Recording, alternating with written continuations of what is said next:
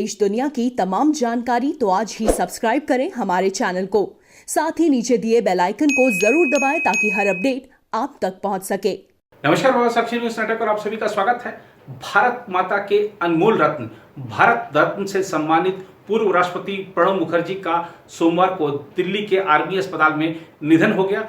प्रणब मुखर्जी पिछले कुछ दिनों से बीमार चल रहे थे और पूरा देश उनके अच्छे स्वास्थ्य के लिए दुआएं कर रहा था, प्रार्थनाएं कर रहा था, लेकिन ईश्वर को कुछ और मंजूर था।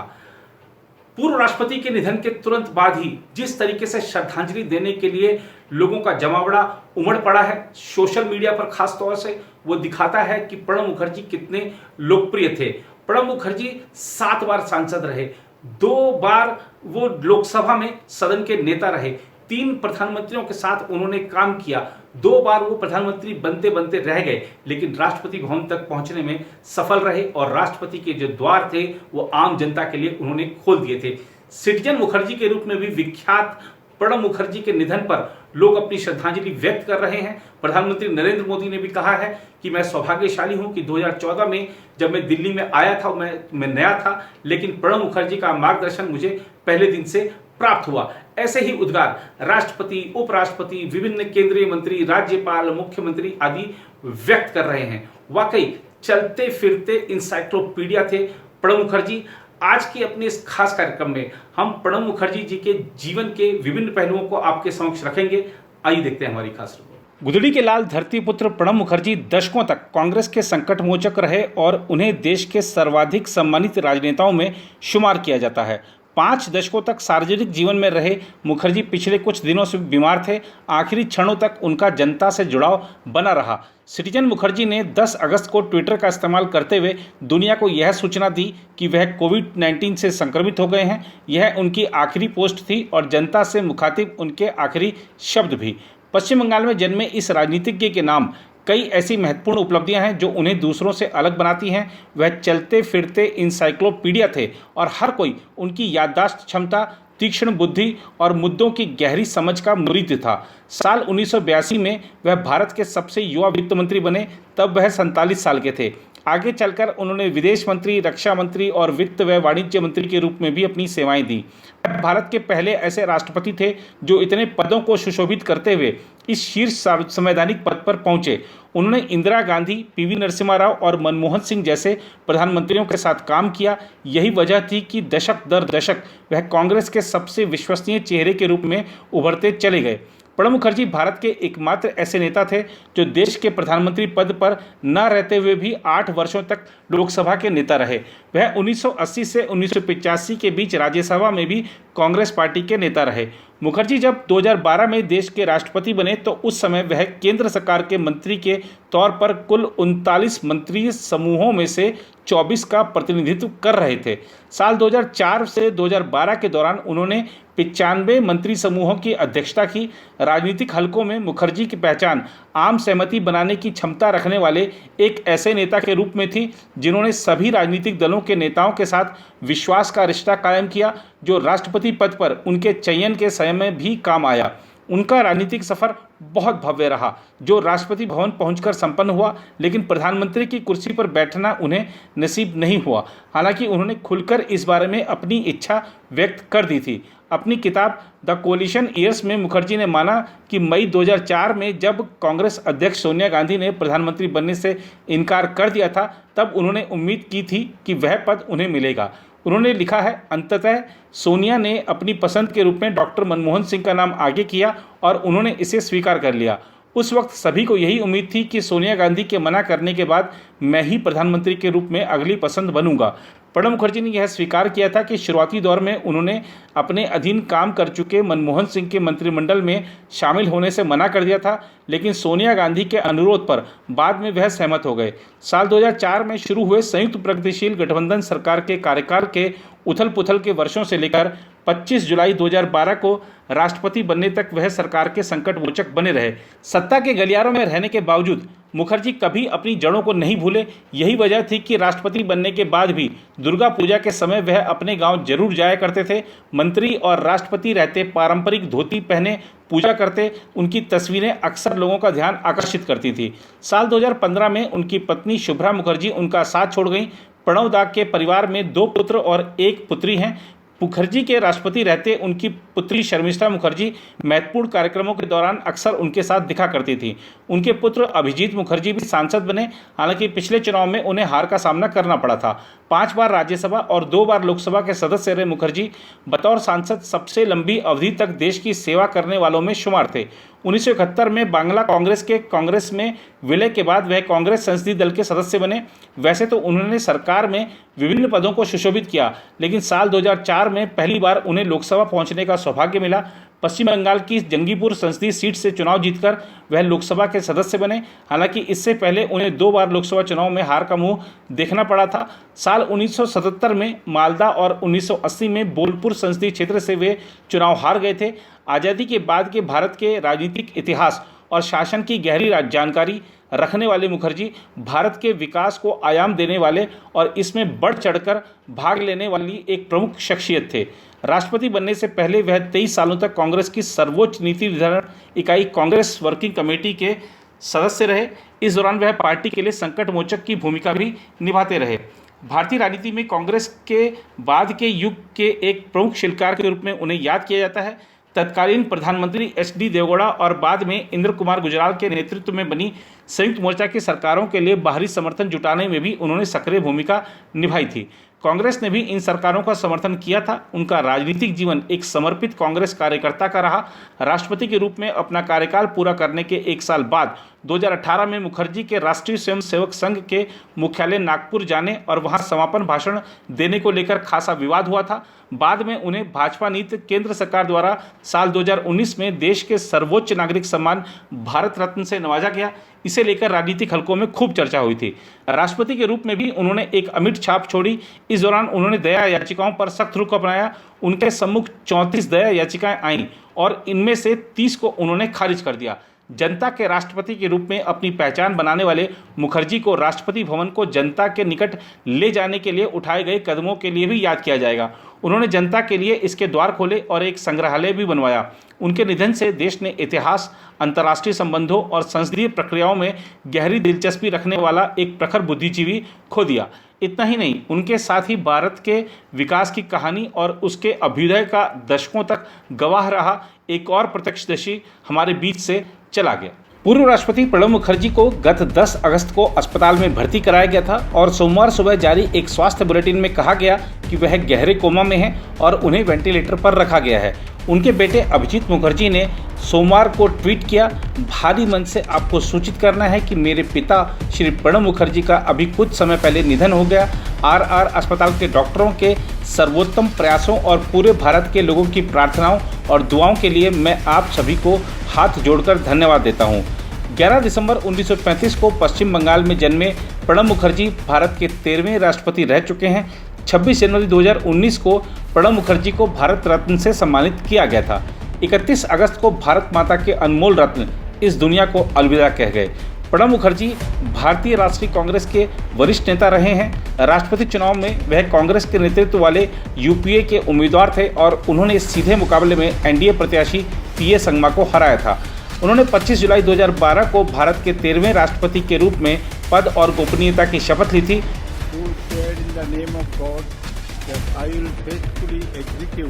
The office of President of India and will, to the best of my ability, preserve, protect and defend the Constitution and the law, and that I will devote myself to the service and well-being of the people of India.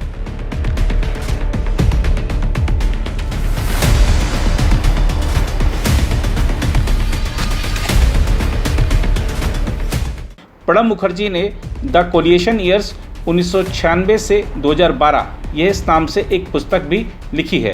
Pranab जी के प्रारंभिक जीवन के बारे में बात करें तो उनका जन्म पश्चिम बंगाल के वीरभूम जिले में किरनाहर शहर के निकट स्थित मिराती गांव के एक ब्राह्मण परिवार में कामदा किंकर मुखर्जी और राजलक्ष्मी मुखर्जी के यहाँ हुआ था।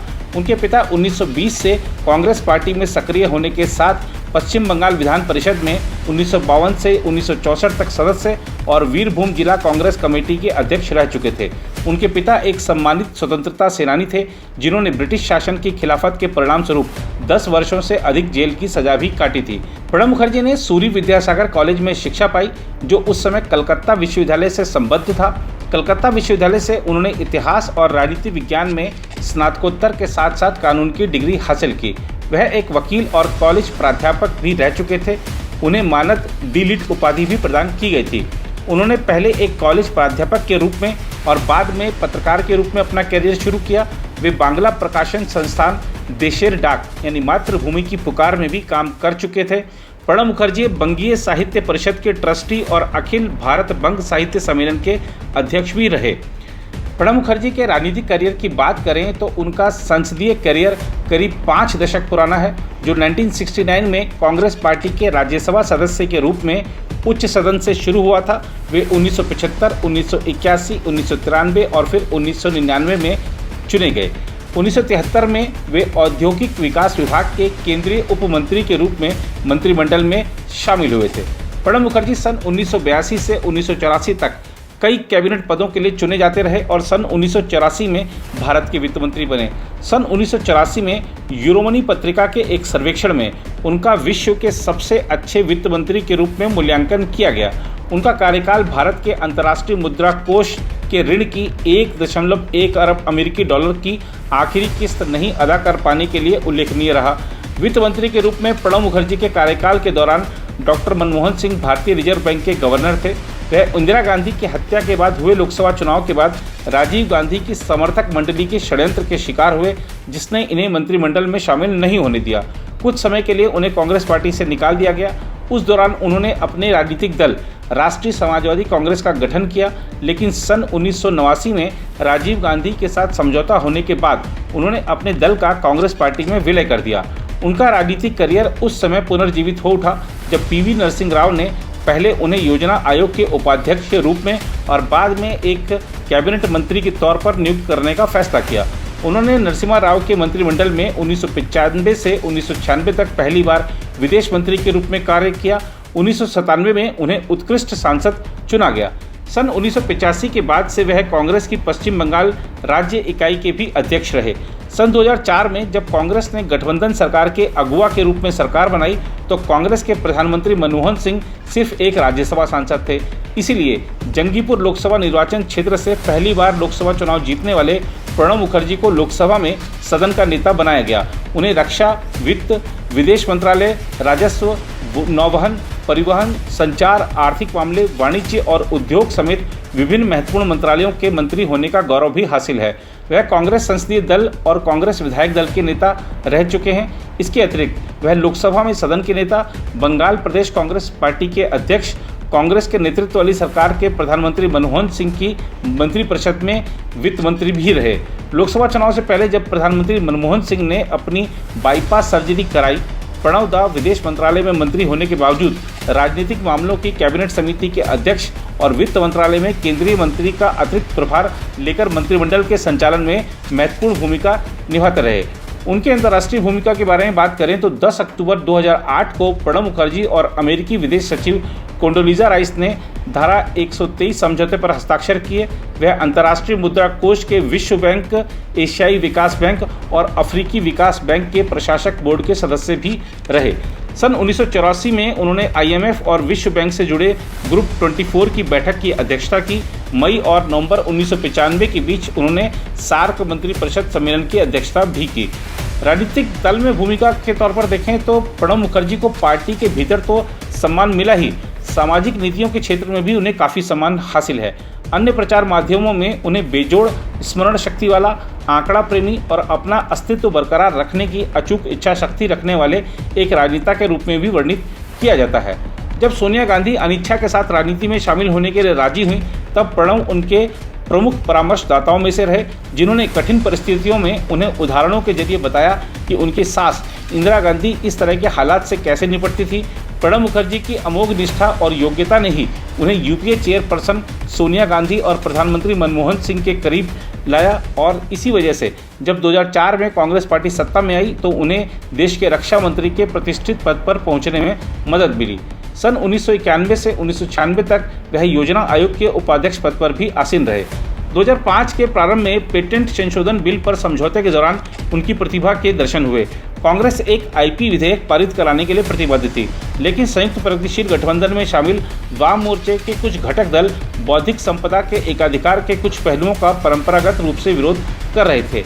रक्षा मंत्री के रूप में प्रणब मामले में औपचारिक रूप से शामिल नहीं थे, लेकिन बातचीत के कौशल को देखकर उन्हें आमंत्रित किया गया था। उन्होंने मार्क्सवादी कम्युनिस्ट नेता ज्योति बसु सहित कई पुराने गठबंधनों को बनाकर मध्यस्थता के कुछ नए बिंदु तय किए, जिसमें उत्पाद पेटेंट के अलावा कुछ और बातें भी शामिल थी। तब उन्हें वाणिज्य मंत्री कमलनाथ सहित अपने सहयोगियों को यह कहकर मनाना पड़ा कि कोई कानून नहीं रहने से बेहतर है एक अपूर्ण कानून बनना। अंत में 23 मार्च 2005 को बिल को मंजूरी दे दी गई। 24 अक्टूबर 2006 को जब उन्हें भारत का विदेश मंत्री नियुक्त किया गया, रक्षा मंत्रालय में उनकी जगह AK एंटनी ने ली।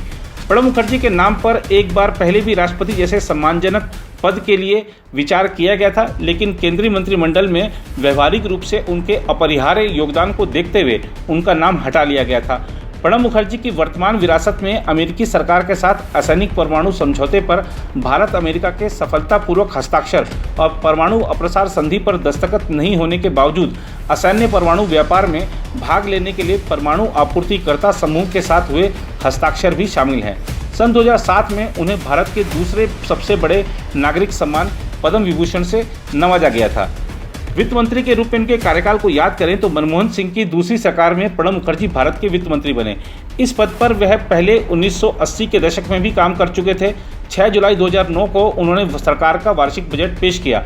इस बजट में उन्होंने क्षुब्ध करने वाले फ्रिंज बेनिफिट टैक्स और कमोडिटीज ट्रांजैक्शन कर को हटाने सहित कई तरह के कर सुधारों की घोषणा की।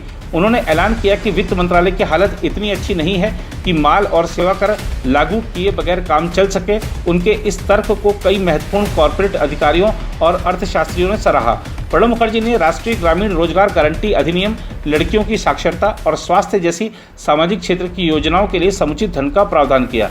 इसके अलावा उन्होंने राष्ट्रीय राजमार्ग विकास कार्यक्रम, बिजलीकरण का विस्तार और जवाहरलाल नेहरू राष्ट्रीय शहरी नवीकरण मिशन सरीखी बुनियादी सुविधाओं वाले कार्यक्रमों का भी विस्तार किया। हालांकि कई लोगों ने 1991 के बाद लगातार बढ़ रहे राजकोषीय घाटे के बारे में चिंता व्यक्त की, परंतु प्रणब मुखर्जी ने कहा कि सरकारी खर्च में विस्तार केवल अस्थायी है और सरकार वित्तीय दूरदर्शिता के सिद्धांत के प्रति पूरी तरह प्रतिबद्ध है। प्रणब मुखर्जी के निजी जीवन की बात करें तो बंगाल में वीरभूम जिले के मिराती गांव में 11 दिसंबर 1935 को कामदा किंकर मुखर्जी और राजलक्ष्मी मुखर्जी के घर जन्मे प्रणब मुखर्जी का विवाह 22 वर्ष की आयु में 13 जुलाई 1957 को शुभ्रा मुखर्जी के साथ हुआ था। उनके 2 बेटे और 1 बेटी सहित कुल 3 बच्चे हैं। पढ़ना, बागवानी करना और संगीत सुनना, यह 3 चीजें ही उनके व्यक्तिगत शौक आजीवन तक रहे। पूर्व राष्ट्रपति का मंगलवार को अंतिम संस्कार किया जाएगा। भारत सरकार ने उनके निधन पर राजकीय शोक की घोषणा की है। इसके अलावा अगर हम देखें तो जिस तरीके से श्रद्धांजलि देते हुए नेताओं के बयान सामने आ रहे हैं, वो दिखाता है कि किस कदर पूर्व राष्ट्रपति जनमानस के बीच अपनी लोकप्रियता रखते थे। प्रभा साक्षी परिवार की ओर से भी पूर्व राष्ट्रपति के चरणों में हम श्रद्धा सुमन अर्पित करते हैं।